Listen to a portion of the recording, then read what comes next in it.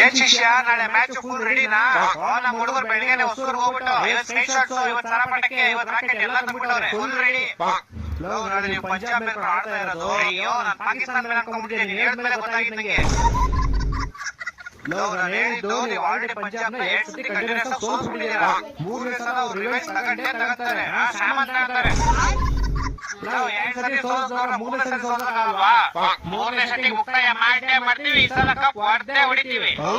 ರಮೇ ದಿಗ್ಭ್ರಮೆ. ಹೋಸಡಿಗೆ ನಾವು ಸೋಲ್ತೀವಿ ಅನ್ನೋ ದಿಗ್ಭ್ರಮೆ ನೀವಿರೋದು, ನಾವಲ್ಲ. ಅಕಸ್ಮಾತ್ ಸೋತೋಗ್ಬಿಟ್ರಿ ಅನ್ಕೊಳಪ್ಪ, ತಂದಿರೋ ಪಟಾಕಿ ಎಲ್ಲ ವೇಸ್ಟ್. ಇಲ್ಲ ವೇಸ್ಟ್ ಆಗಲ್ಲ. ಏಕೆ ಎಲ್ಲ ತಗೊಂಡು ಮುಕ್ಳಿಗೆ ಹಚ್ಬಿಟ್ಟು ಬೋಸುಡಿಗೆ ಇಕ್ಕಪ್ಪ.